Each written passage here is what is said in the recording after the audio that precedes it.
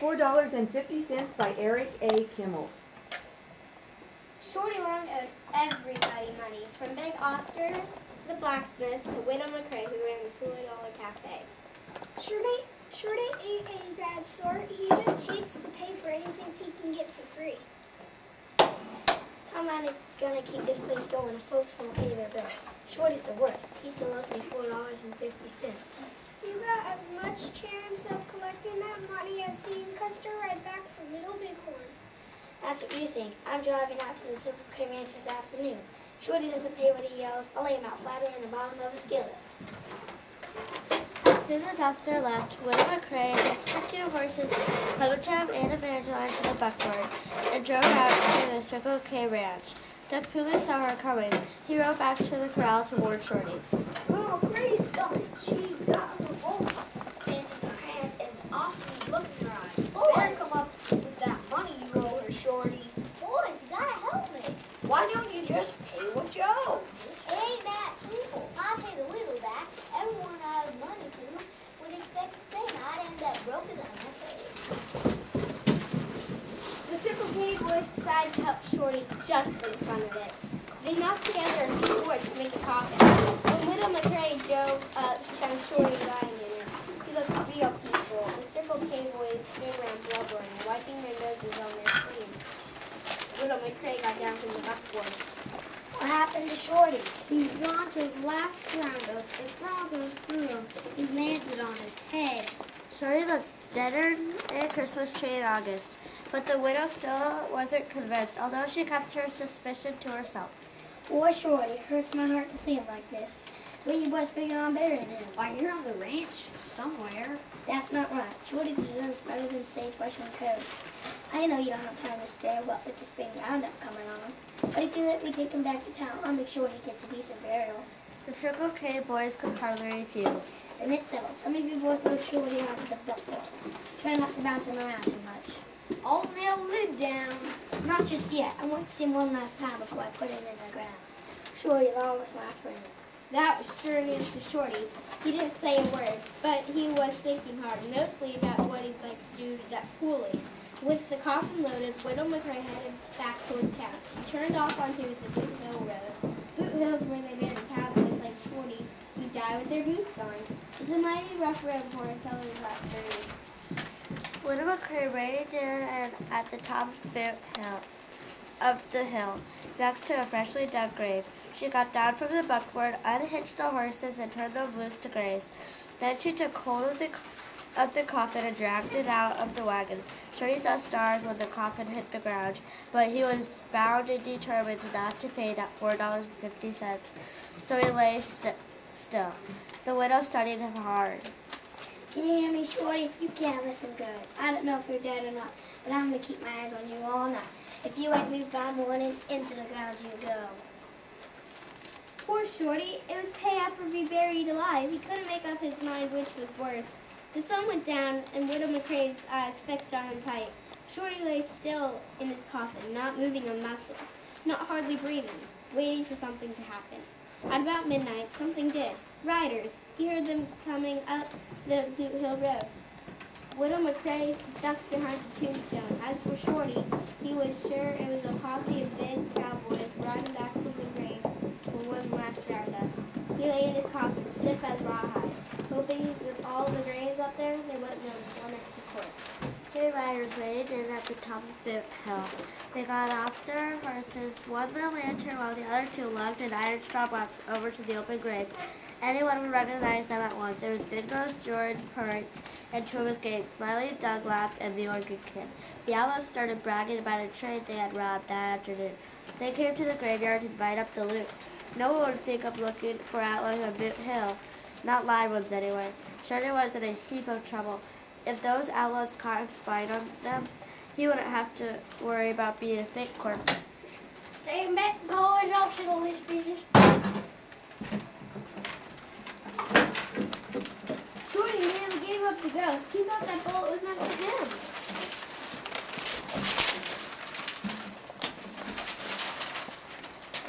Quit clowning. This ain't a circus. You boys pick up them greenbacks and Put them back where I found them. Oh, George. George, nothing. We're going to divvy up this business like no rabbit.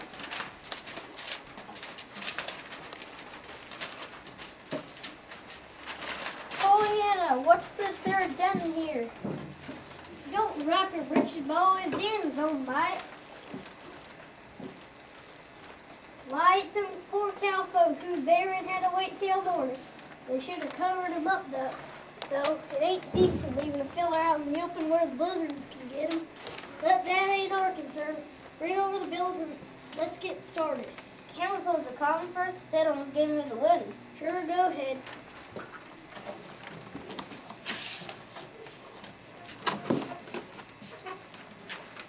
What's the matter? Lid won't fit. Let me try.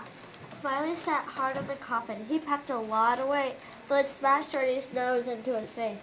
Shorty saw stars, but not the ones in the sky. What is keeping you two? This lid won't lay flat. Let me see. Are you both crack brain? Use your eyes. This feller's nose sticks up a mile. What'll we do? Easy. He don't need a sniffer where he's going. I'll cut off a smoking wheel. Hold the horses, boys. I ain't that dead. Big Nose George was surprised. Smiley let out a yell, and the whole gang ran for their horses. The outlaws shot out of that graveyard. Widow McCrae laughed fit to bust. She came out from behind the tombstone and gave Shorty the scolding of his life. I hope you learned your lesson. You nearly got your nose cut off for $4.50. Shorty was too embarrassed to say anything. He and Widow McCrae gathered up the money the outlaws had left behind. In the morning, they took it to the railroad agent in town. He gave them a $500 reward to divide between them.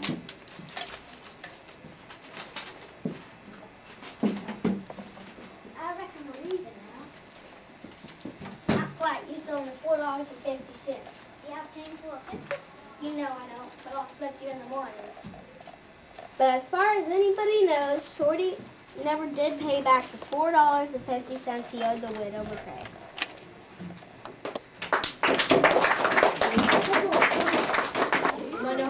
So, class, why wouldn't Shorty pay the money that he owed to the Widow McCrae? Jack Frisco. Because then everybody who he owed money would expect the same.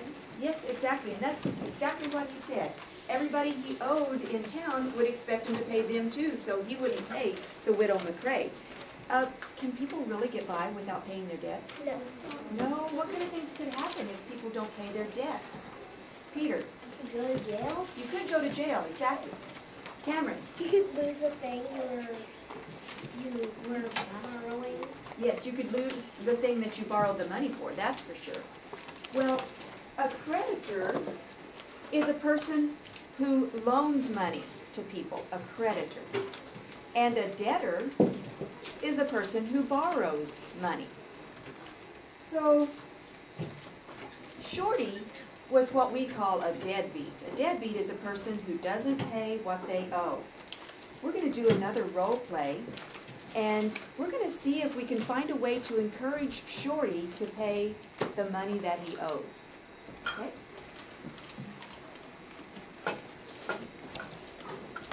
Hey, Widow McCrae, can I have some of your biscuits? Those are the best biscuits in town. Have you got any money to pay for it? No, I ain't got no money right now, but I'll pay you when I get some. Okay, I'll give you a biscuit, seeing as you're so hungry now. But you'll have to give me your hat.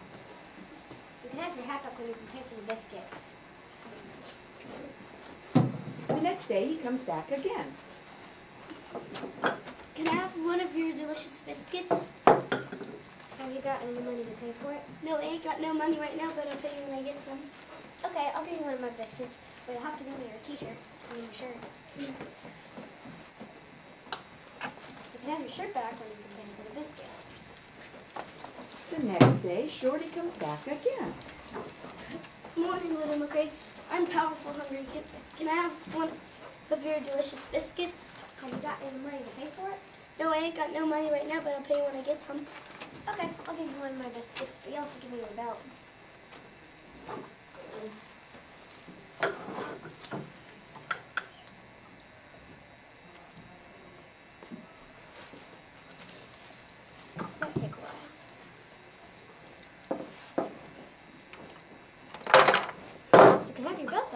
pay for the biscuit. The next day, Shorty comes back again. I'm hungrier than a bear in springtime. Can I have some of your delicious biscuits? Have you got any money to pay for it? No, I ain't got no money right now, but I'll pay you when I get some. Okay, you can have my biscuit, but you'll have to give me your jeans.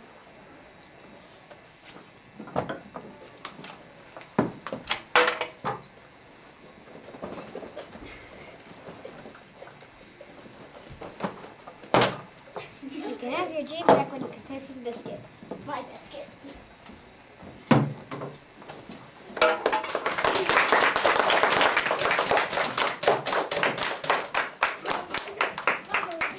Good job. Well, in some cases, sometimes when a creditor loans money to someone, they require something that they can keep in case the person decides not to pay their bill back. That thing of value that they keep is called collateral.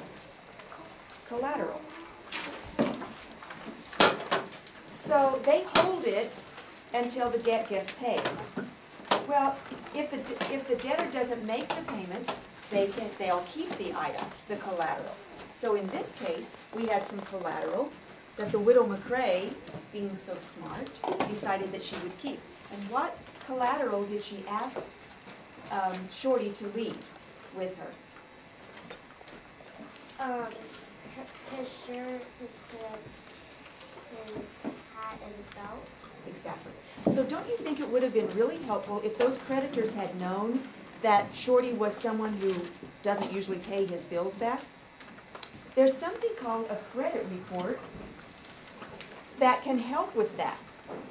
A credit report is a report that tells creditors what payments have been made and what payments have been missed by debtors. And a creditor can see a credit report if they just ask the credit bureau to send it to them. And then they'll know whether someone pays their bills normally or not. That would have really been helpful to the people in town that he owed all that money to. So we're going to perform another role play, and we're going to show how other creditors could have been warned about Shorty ahead of time.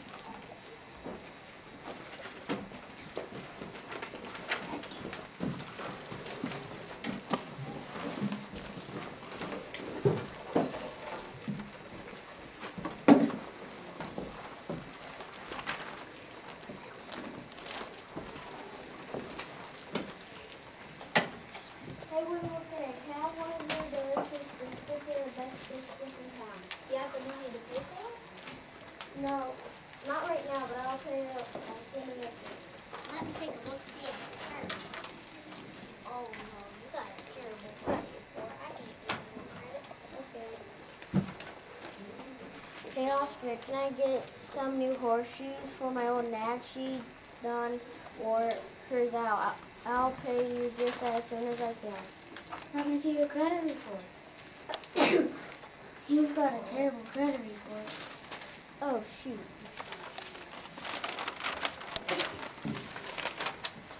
Hey, Jesse, I need me some feed. I ain't got no money right now, but I'll pay you as soon when I get some.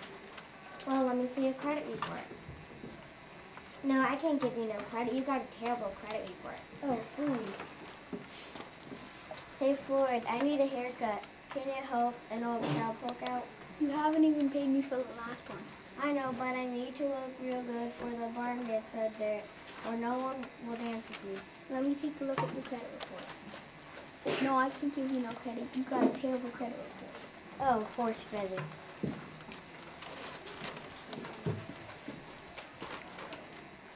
So the credit report shows that Shorty owes everybody in town.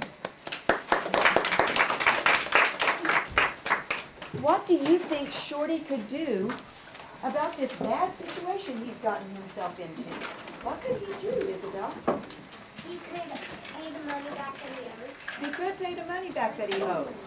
Let's see how that would change his credit report.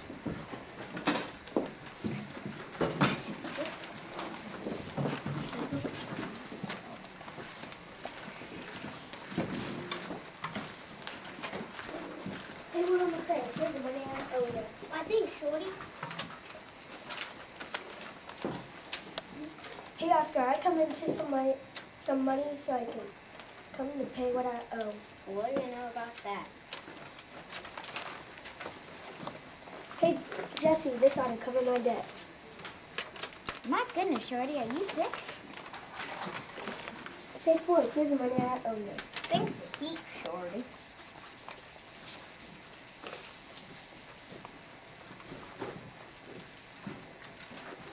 And now he has a clean credit report. Good job. Have a seat. How did his credit report become clean? Sydney? Because he paid everybody back the money that he owed. And people who have a clean credit report and who've paid back the money they've borrowed can get credit again. So now if Shorty goes back to those other vendors, if he goes back to the blacksmith, he goes back to the barber shop, he goes to the general store, do you think they would give him credit? Alexa? Probably so, yeah. So in the first one, what was, in the first role play, what did the widow McCrae do to make sure that she got paid? What did she do? Peter? He took his clothes? Yeah, she took some items of value to him. I think especially those jeans were some items of value to him. And she's going to keep those until he pays for the biscuits. Okay, in the second role play, he had trouble getting credit. Why was that, Evelyn? Because he didn't pay He had not paid back the money. And how did the creditors know he'd not paid back that money?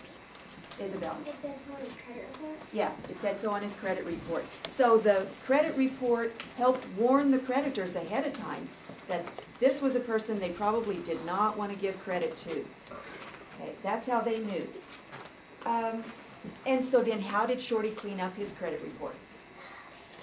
Jessica? He paid what he owed. He paid what he owed, then he has a clean credit report. Okay, so let's review some of those words that we learned today. Creditor. What is a creditor? Josephine? The person that gives the money.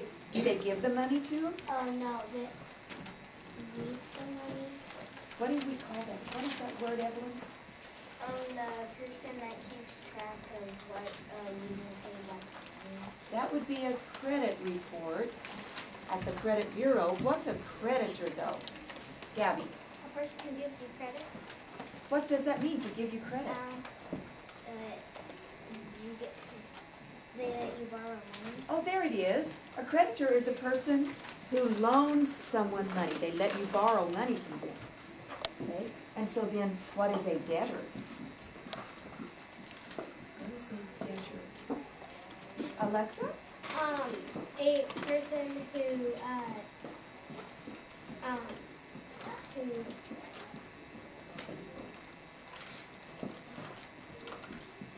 has to pay the money. Why do they have to pay the money, Ashley? Because they don't pay their bills. No, that would be something else that we talked about. What is a debtor? Come on, boys. I'm hearing from all the girls. I know what Jack Fisher. A debtor is a person who owes people money. Uh-huh. They owe people money because what did they do? What did they do? Cameron? They borrowed money. They borrowed money. Okay, so a debtor is a person who borrows money. Okay? And sometimes a creditor wants to keep something of value to make sure they get their money back. And what is that called? That item of value that they keep to make sure they get their money back? Adam? Collateral? It's called collateral. Okay. Good job. That's it. Okay? Good job. Oh. Really asked. Whack. You want to give them A lot of work. Short is short enough. Okay.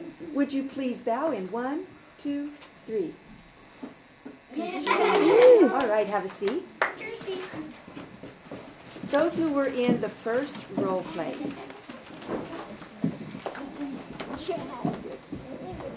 First role play. Here comes Is the widow Prairie? It's only two. It's only two. Just stand beside him. Take a bow in 1, 2, 3. Good job. Okay, the second role play. A biscuit. Shirley, you weren't in the second. You were in the third. Cindy was in the second. Take a bow in 1, 2, 3. You're not. Adam, you weren't. And the last role play.